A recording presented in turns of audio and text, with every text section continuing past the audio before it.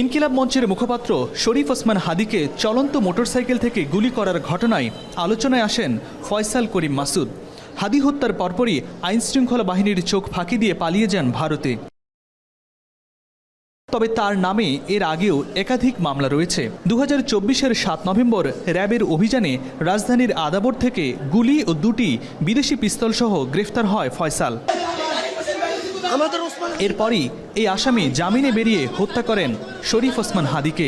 ওই সময়ে করা তার বিরুদ্ধে অস্ত্র আইনে করা মামলায় তাকে 10 বছরের কারাদণ্ড দিয়ে রায় ঘোষণা করেন আদালত। ফয়সাল করিম মাসুদ উরফে রাহুল, যিনি শহীদ ওসমান হাদির তাকে গুলি করে হত্যা করা ছিল, ওই মামলায় তিনি অন্যতম আসামি এবং তিনি বর্তমানে ভারতে বন্দী অবস্থায় আছেন।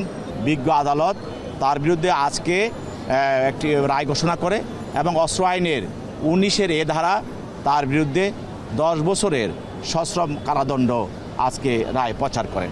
এই রায়ের মধ্য দিয়ে আসামি ফয়সালকে ভারত থেকে ফিরিয়ে আনার পথ সুগম হলো বলে মনে করেন রাষ্ট্রপক্ষের এই পাবলিক প্রসিকিউটর।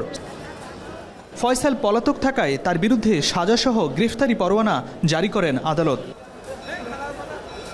ইমদাদুল আজাদ, এখন, ঢাকা। 72 ঘন্টা ময়েশ্চার লক সমৃদ্ধ লিলি বডি ওয়াশ শিয়া বাটারের গুডনেস স্কিন রিপেয়ার করে রাখে সফট ও গ্লোয়িং।